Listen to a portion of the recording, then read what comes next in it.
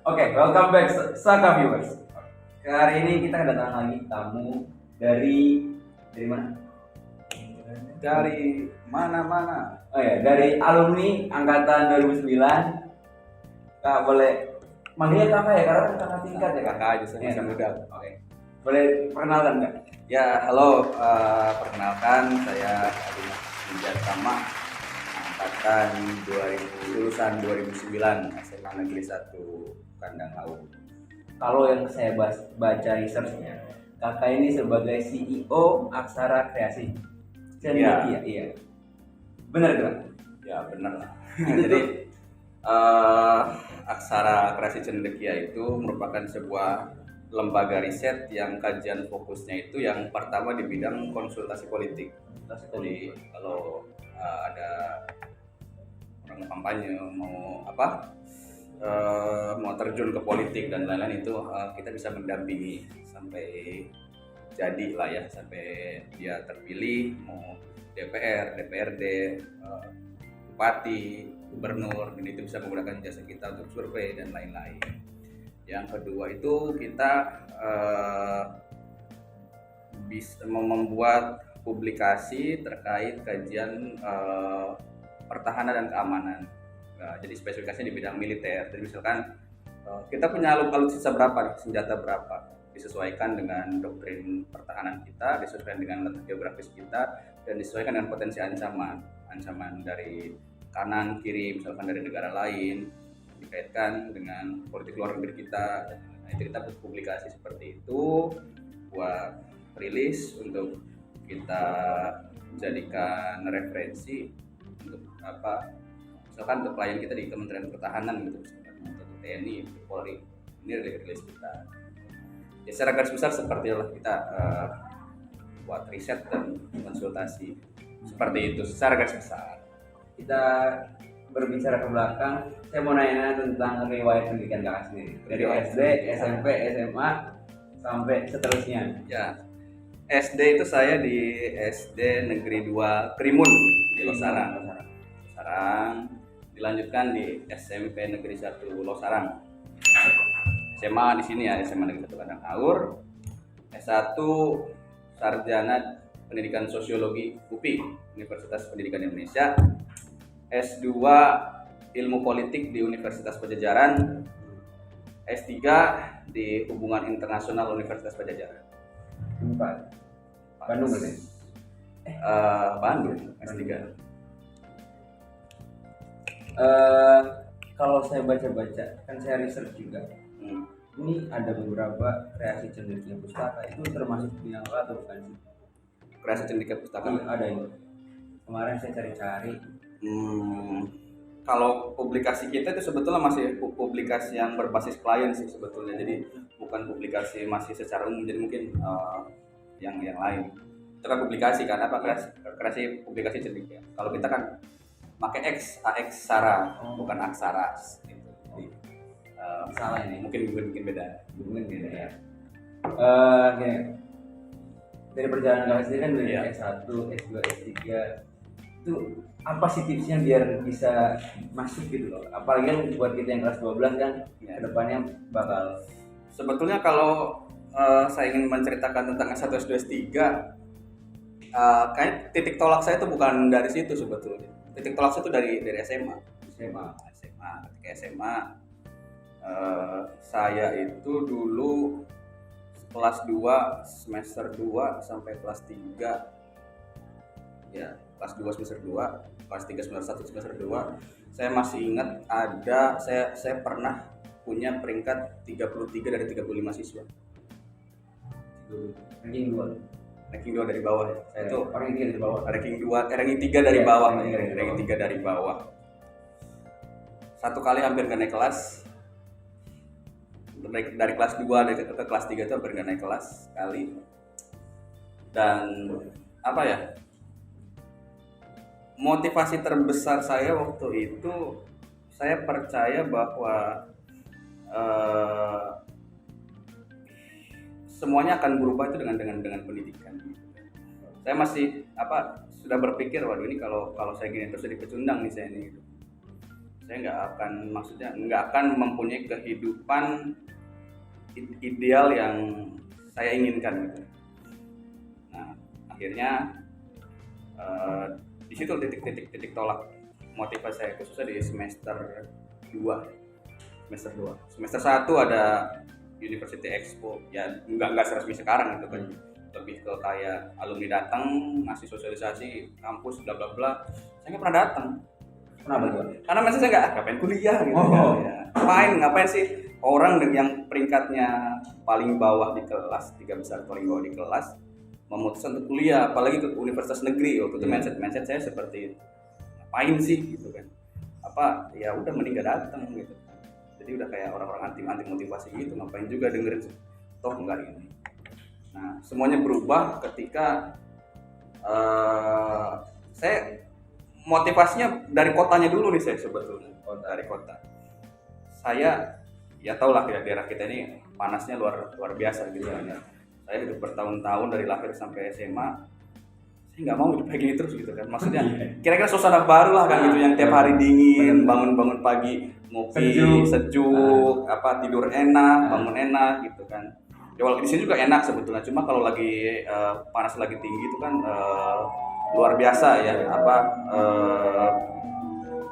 Akhirnya saya memutuskan kayaknya Bandung oke nih, apalagi saya punya teman satu circle itu yang memang punya mindset yang sama, bahwa kita mau ngapain, kita setelah lulus pokoknya ke Bandung gitu kan. Mau apapun kita pokoknya harus memulai perjalanan hidup dari Bandung.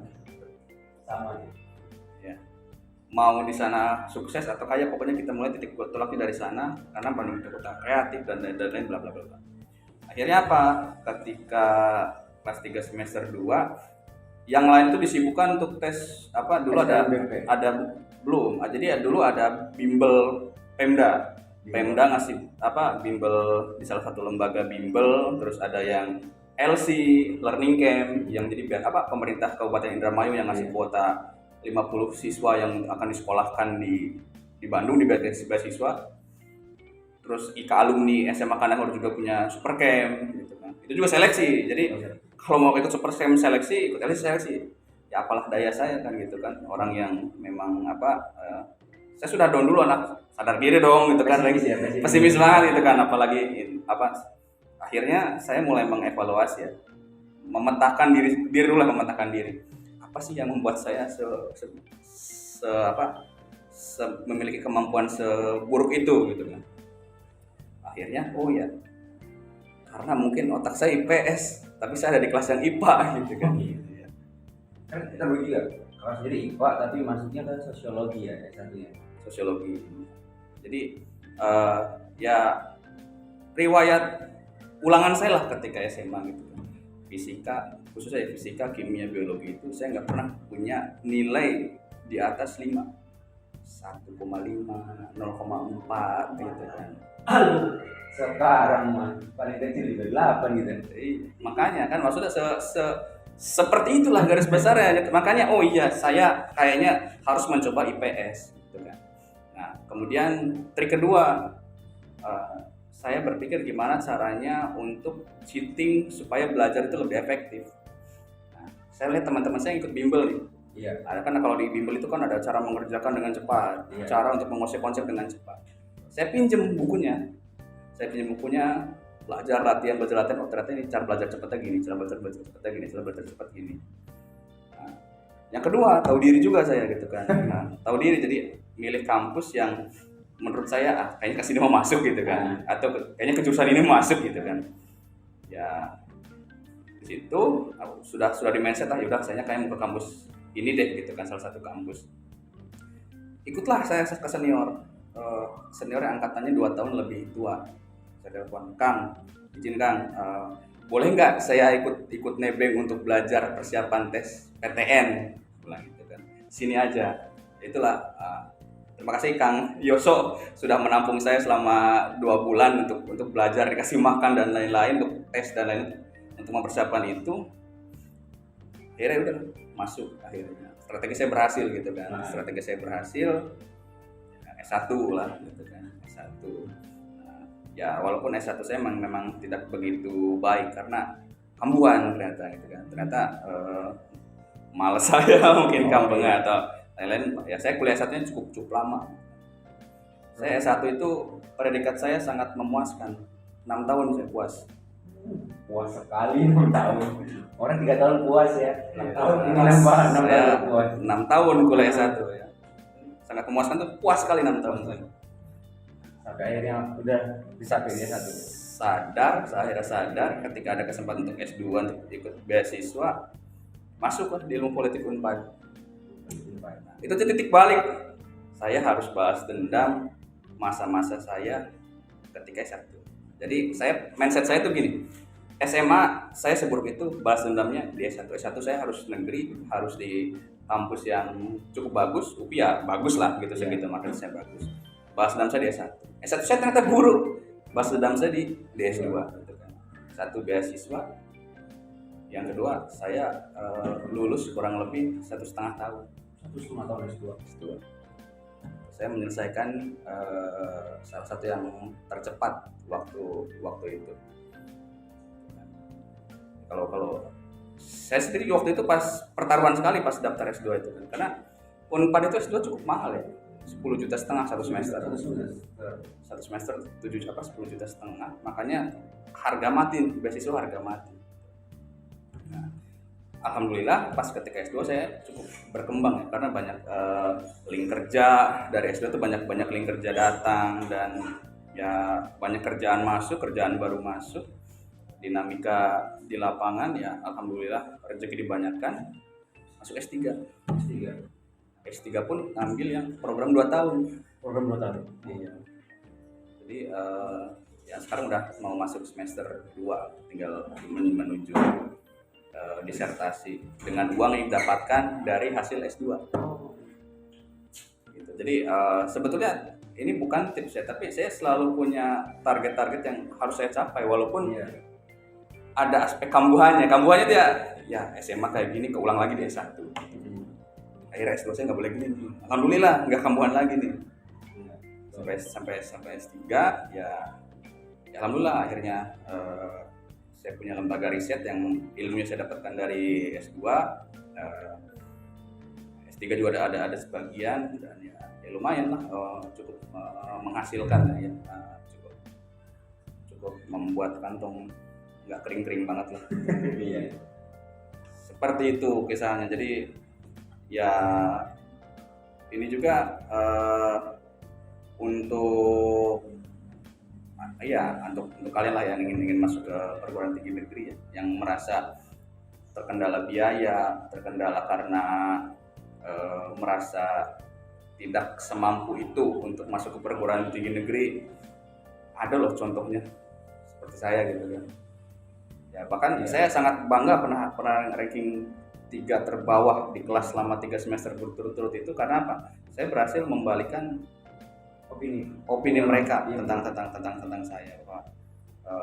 Wah kamu kayaknya di kelas aja kayak gini, nggak mungkin dong bisa kamu masuk ke kampus negeri. Karena saya kan bukan nggak ada orang bodoh itu nggak ada. Saya percaya orang bodoh itu nggak ada, tapi banyak orang malas. Sebetulnya segini sih, kalau dalam mindset saya bukan karena malas banget sih. Sebetulnya malas itu sebetulnya emas kalau menurut saya. Malas itu emas. Kenapa? Ya contoh ya, ini analogi aja nih ya. Kamu orang mana? Saya patrol. Orang patrol. Dari patrol ke sini naik kuda mau nggak? Enggak. Orang malas nyiptain mobil, karena malas jalan, naik kuda. Oh iya. Ya kan? Sebetulnya bukan karena malasnya, tapi karena konsep dan mindset berpikir dia belum menemukan porsi yang tepat kalau menurut saya. Contoh misalkan, saya dulu SMA masuk IPA nih. karena saya menganggap IPA itu keren. Oh, kayaknya IPA nih keren nih kan gitu kan. Cakep ya. Bisa ketemu, bisa dilihat sama orang-orang bahwa terlihat pintar dan lain-lain, walaupun wow gitu kan, ternyata ketika sudah ada di IPA otak saya IPS ternyata gitu kan. Dan sesuai Enggak, tidak sesuai dengan ini. Itu kan berarti konsep kita yang salah, bukan karena malas yang membuat kita malas, karena konsep kita yang tidak sesuai. Yang membuat saya malas belajar kimia, fisika ya bukan karena nggak bisanya, karena memang saya mungkin kurang aja nih, kemampuan saya nggak di situ gitu kan. Gitu apa ya misalkan kita punya minat, bilang lagi minat tenang atau minat berbakat di social science misalkan. Ya udah konsisten aja di situ, jangan mencoba-coba hal-hal yang menurut kita keren tapi kita nggak pernah ngelakuin gitu kan. Akhirnya konsisten saya ke sosiologi, ke apa ya ke bidang-bidang sosial yang menurut saya bisa nih kan. Banyak orang nanya kenapa kok S2-nya politik, ke S3-nya ke hubungan internasional. Karena saya minat saya besar di hubungan internasional gitu kan, kemampuan saya sudah terolah di hubungan internasional, dan kayaknya menurut saya sudah nggak strategis lagi nih politik, sudah cukup dapat ilmunya, dan menurut saya bisa mengembangkannya di hal yang lain, masih di rumpun yang sama gitu kan. Akan menjadi aneh kalau saya S2-nya politik, S3-nya ngambil kimia kan gitu kan. Itu yang mungkin kurang gimana ya? Iya, itu ya mungkin sebetulnya bukan strategi ya, tapi bagaimana kita membangun mindset berpikir yang berbasis analisis diri aja gitu kan. Kebutuhan kita di mana nih kan gitu kan. Gengsi memang butuh ya gitu. Sebetulnya salah satu bukan strategi, motivasi itu ya gengsi juga gitu kan. Masa sih saya udah terpuruk waktu SMA gitu kan, lebih terpuruk ketika kuliahnya ke tempat yang kurang favorit gitu kan, akan menaikkan value sendiri kan gitu kan. Saya konsep value itu benar-benar tertanam di dalam pikiran saya gitu kan. Saya progresnya harus ada nih kan, walaupun memang kadang kambuhan lagi nih kadang-kadang apa seperti itu.